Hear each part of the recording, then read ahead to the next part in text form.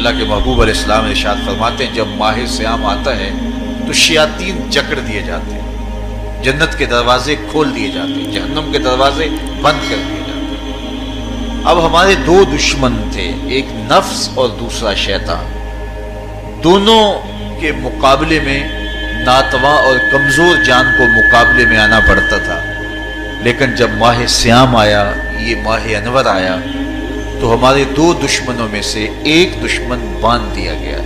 اب ہمارا مقابلہ صرف ایک دشمن سے رہ گیا۔ دیکھیے، ماہ رمضان آتا ہے تو مسجدوں کے در کشادہ ہو جاتے ہیں، لوگوں کا رجحان دین کی طرف ہوتا ہے۔ جو 5 نمازیں بھی نہیں پڑھتے ہوتے ان کو تراویح میں بھی کھڑا ہوتا دیکھتے ہیں، اہتمام ہوتا ہے، نیکی کا، صدقہ و خیرات کا ماحول پیدا ہوتا ہے۔ ایسا کیوں ہے؟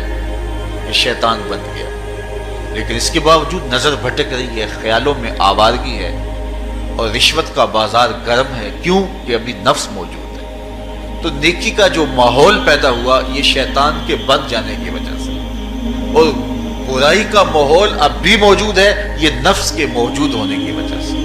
تو ہمارے دو دشمن ہیں جو ہمیں جادہ مستقیم سے ہٹاتے ہیں، ایک شیطان اور دوسرا نفس۔ اب جب ماہ سیام آیا تو شیطان باندھ دیا گیا۔ اب ہمارا مقابلہ صرف نفس سے ہے، اور یہ نفس شیطان سے بھی بڑا دشمن ہے۔ شیطان کو شیطان بنانے والا نفس، اور وہ ہمارے ساتھ جڑا ہوا ہے۔ ماہ سیام میں شیطان تو بند گیا لیکن نفس نہیں بندھا۔ اب ہمیں اپنے نفس کو کمزور کر کے اور اپنی فتح حاصل کرنی ہے اور تقوی کی منزل کو پانا ہے۔ اب شیطان تو اللہ نے باندھ دیا، اب نفس کو کیسے باندھیں؟ تو آئیے، نفس کی بندش کیسے ہوگی یہ کسی ایکسپرٹ سے پوچھیں گے کہ یہ کیسے اس کو باندھیں گے، اس کو کیسے قابو میں کریں گے۔ تو کسی ایسے شخص سے پوچھیں جو اس شعبے کا ماہر ہو۔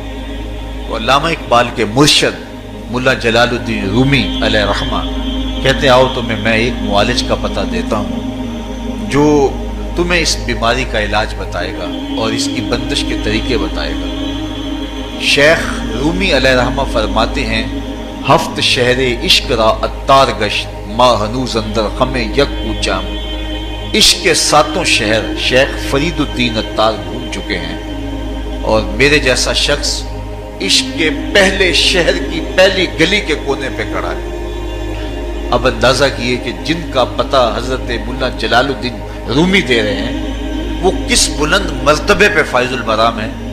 فرمایا کہ وہ عشق کے 7 شہر گھوم چکے ہیں اور میں پہلے شہر کی پہلی گلی کی نکر پہ کھڑا ہوں۔ اب شیخ فرید الدین علیہ رحمہ سے پوچھئے کہ شیطان تو بند گیا، اب نفس کا وبال ہمارے اوپر پڑ رہا ہے اور ہم اس کے باوجود ماہ سیام کے اندر گناہوں میں منہمک ہیں، تو ہمیں بتایا جائے کہ اس نفس کا علاج کیسے کیا جائے۔ ہمیں آپ کا پتہ بتایا گیا ہے۔ تو شیخ فرید الدین اتار بولے، نفس نتواں کشت اللہ باسے چیز بات گوئم یادگیرش اے عزیز۔ نفس نہیں مرتا، لیکن اگر 3 اسلحے تیرے پاس ہوں تو یہ ٹھہر بھی نہیں سکتا۔ وہ 3 اسلحے کون سے ہیں؟ خنجر خاموشی و شمشیر جو، نیزائے تنہائی و ترک ہجوم۔ خاموشی کا خنجر، بھوک کی تلوار اور تنہائی کا نیزہ۔ یہ 3 اسلحے ایسے ہیں، اگر تو یہ لے کر کے نفس پہ ٹوٹ پڑے تو پھر نفس کا مقابلہ تیرے لیے آسان ہے۔